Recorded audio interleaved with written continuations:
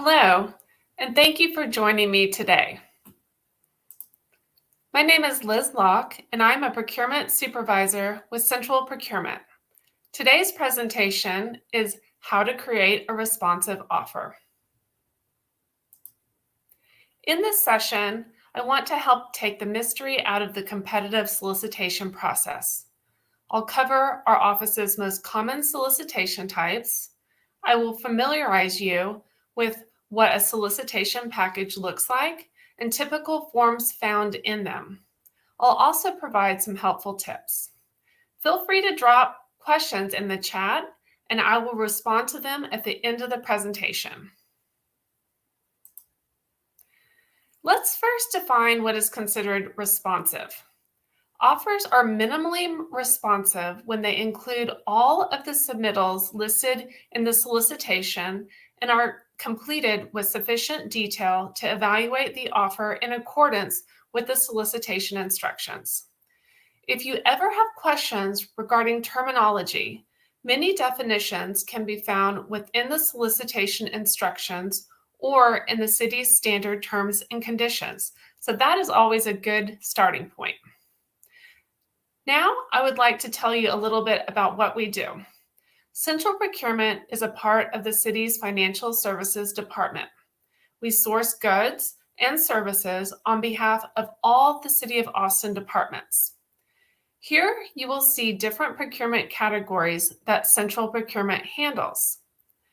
Some examples are general goods and services, health and safety, and information technology. While we oversee construction, today's presentation will focus on the process of non-construction procurement. Now I'm going to discuss solicitation types. Before I begin, I want to stress the importance of commodity codes. Commodity codes are standard classification codes for goods and services. Once you are a registered vendor with the city, make sure you add the commodity codes your company offers to your company's profile. This ensures that you receive notice of new solicitations containing those commodity codes once they are published. Now let's review solicitation types. The request for quotation, or RFQ, or invitation for quotation, IFQ, are informal solicitation processes for obtaining goods and non-professional services. This process may be used for one-time purchases under $50,000. These are not subject to advertisement or a public bid opening, so they are often sent out through email. The main difference between the two informal solicitation types is that with an IFQ, a first notification is sent to city-certified and/or historically underutilized businesses, also known as hub vendors. The invitation for bid, or IFB, is used to obtain bids in response to a set of advertised specifications for goods and non-professional services of $50,000 or more. IFBs are typically awarded on lowest responsive offer, and in most cases, IFBs cannot be negotiated. Request for proposal, or RFP, is used to solicit for both goods and services when an outcome cannot be clearly defined and where price is not the dominant factor. RFPs are evaluated on factors such as proposed solution, demonstrated applicable experience, equipment or facilities, and schedule. And finally, request for qualifications, or RFQS, is typically used when qualifications are the main criteria rather than cost, and often when procuring for professional services. This procurement is two-staged, where a firm's qualifications are first submitted and then negotiations begin with the most qualified firm or firms for price and terms. Austin Finance Online is the city's website where solicitations are posted. You can find live competitive solicitations under the Procurement tab as shown. Now I'm going to go through forms generally found in a solicitation package. This is the solicitation cover sheet. It's the first document to review that provides a summary of the solicitation packet. Here you can find the solicitation number, a description of what we are buying, the authorized contact, and when the offer is due. The second page will let you know if there is a pre-offer meeting schedule and provides a summary of the documents included in the solicitation package. Make sure to read all solicitation documents as they ultimately become part of the resulting contract. Today, we will review some of the common documents you will see. You'll find solicitation instructions in each solicitation packet. This document provides guidance on city rules and regulation. It provides details on how to submit your offer as well as what to submit. It's important to note that each solicitation is different and the instructions change based on what's being purchased. Even if you're familiar with the city's procurement process, it's still important to review for subtle differences.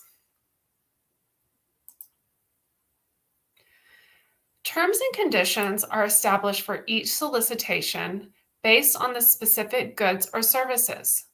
Clauses included in the T's and C's can vary depending on the subject.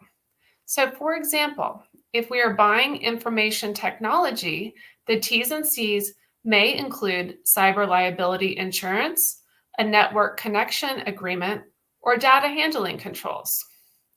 As stated earlier, all documents become part of the contract. Make sure to read and understand everything. Please note that taking exceptions to the T's and C's may jeopardize your offer.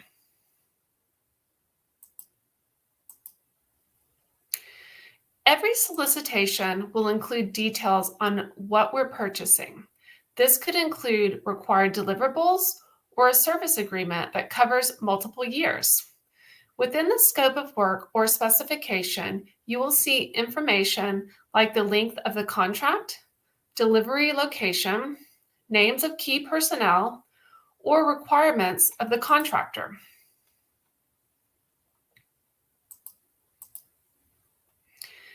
This is a pricing submittal sheet.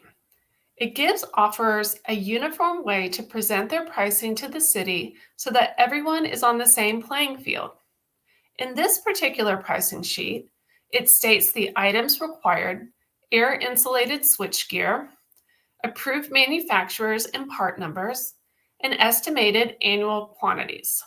The offeror needs to add the lead times, unit price, and the percent markup for any additional or non-specified items that may need to be added to the contract at a later date. When providing your price, make sure to refer back to the terms and conditions to understand how long your price is fixed for.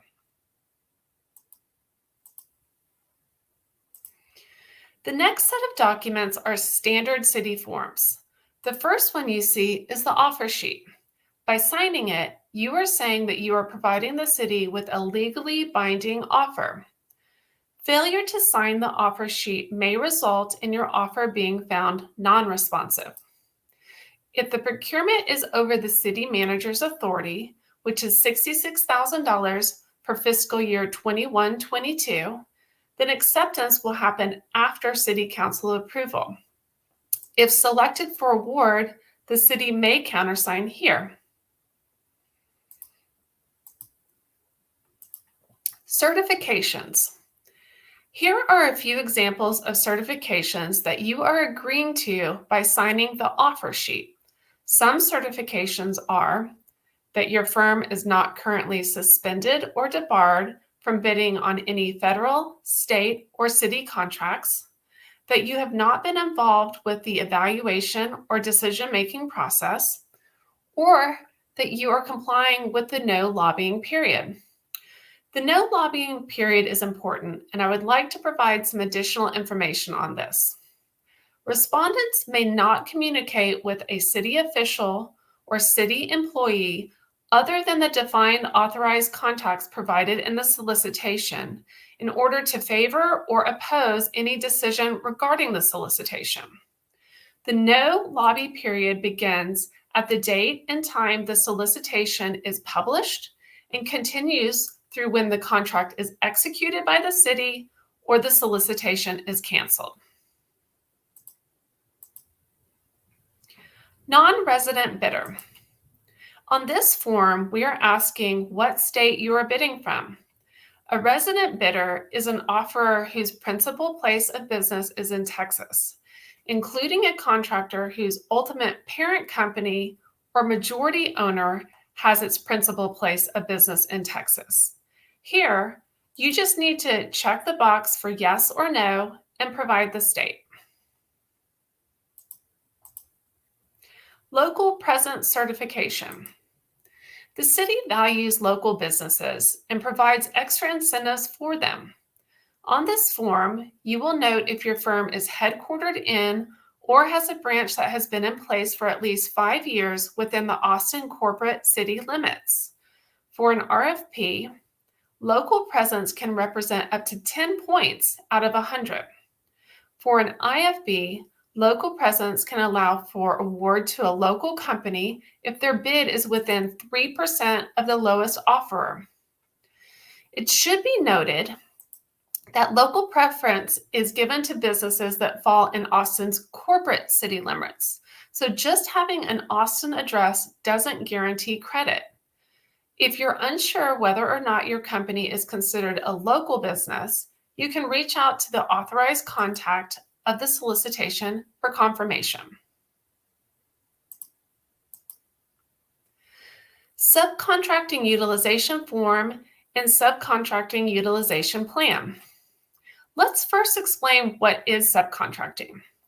Subcontracting refers to the practice of a contractor bringing in an outside company or individual to perform specific portions of a contract. The City of Austin's Minority and Women-Owned Business Enterprise Procurement Program, which is administered by the city's Small and Minority Business Resource Department, also known as SMBR, has certain requirements regarding subcontracting. There are forms to complete to demonstrate your compliance. Failure to follow the rules of this program can jeopardize the responsiveness of your offer.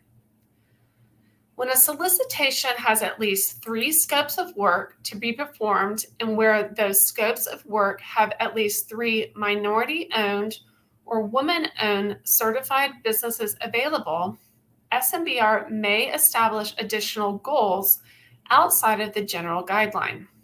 In this case, the offeror would need to contact SMBR for an availability list and ask questions regarding the process.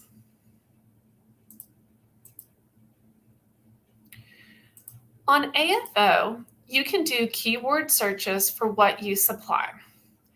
As a subscriber to a solicitation, you'll receive email notifications when new information is posted to the solicitation. On a live solicitation, there is a button to create your electronic response, as well as instructions and a how-to video as shown in the screenshots.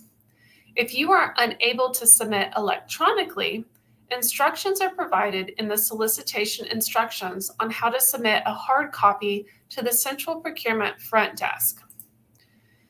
Now we're going to walk through an actual solicitation package with the City of Austin.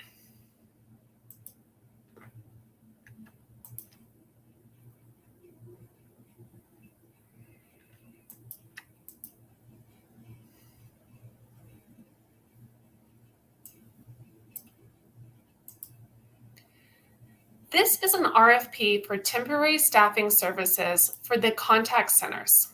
Let's review the documents of this closed solicitation.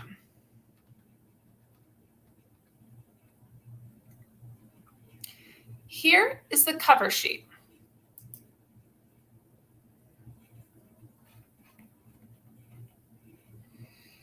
It provides a quick summary of what we're buying. In this case, The contractor shall provide Austin Energy with experienced and otherwise qualified inbound customer service representatives on both long and short-term basis to staff the Austin 311 Contact Center and the Austin Energy Contact Center. The cover sheet provides the names of authorized contacts. In this case, me, the second buyer, Sandy Brandt, and the SMBR representative. It also provides when the solicitation was scheduled to close and a recap of the associated solicitation documents. To view the documents, you will need to go to the solicitation homepage and scroll to Attachments. Let's do that now. Since this is an RFP, I want to take you to the proposal submittals in the solicitation instructions.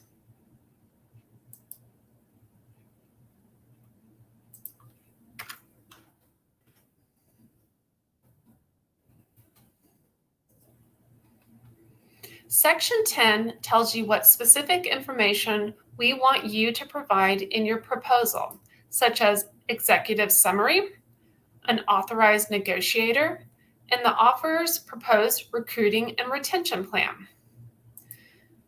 When you're writing your proposal, hit on all the information asked here. Be thorough. We only know what you put in your proposal and can only evaluate on the information provided. Moving down, Section 10.5 provides information on the price proposal. We will speak to that more in a minute. Finally, Section 11 shows the evaluation criteria, which is recapped and shows how each category is weighted. Here you will see recruiting and retention plan with a score of up to 35 points. Keep in mind that this is the highest weighted category, so consider this when you're drafting your response. Let's go back to the solicitation homepage and review the pricing submittal form.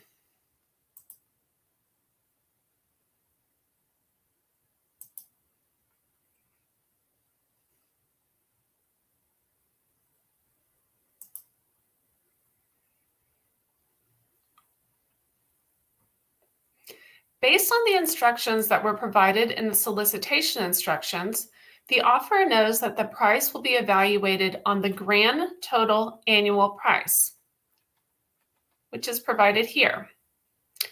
Whenever offeror offered the city the most competitive price, will be awarded the maximum amount of points, which in this solicitation is 20.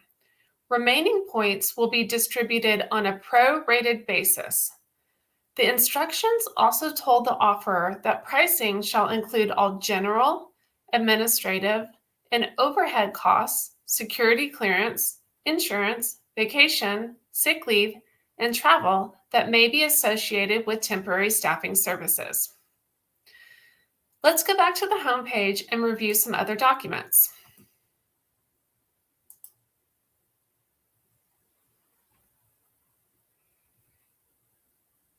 You will see the solicitation had addendums which provide new information to the offeror.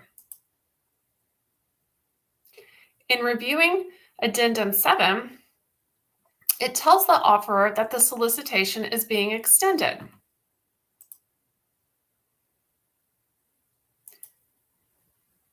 Addendum 6 provided questions that were asked by potential offerors and answers that were provided by the business experts at Austin Energy. This is why it is important to make sure you are a subscriber so that you automatically receive important information. Let's go back to the homepage.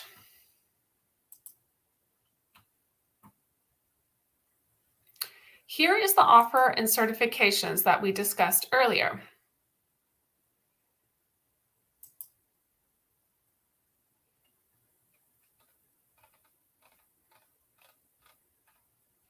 As always, remember to complete and submit your signed offer and certifications pack with your offer.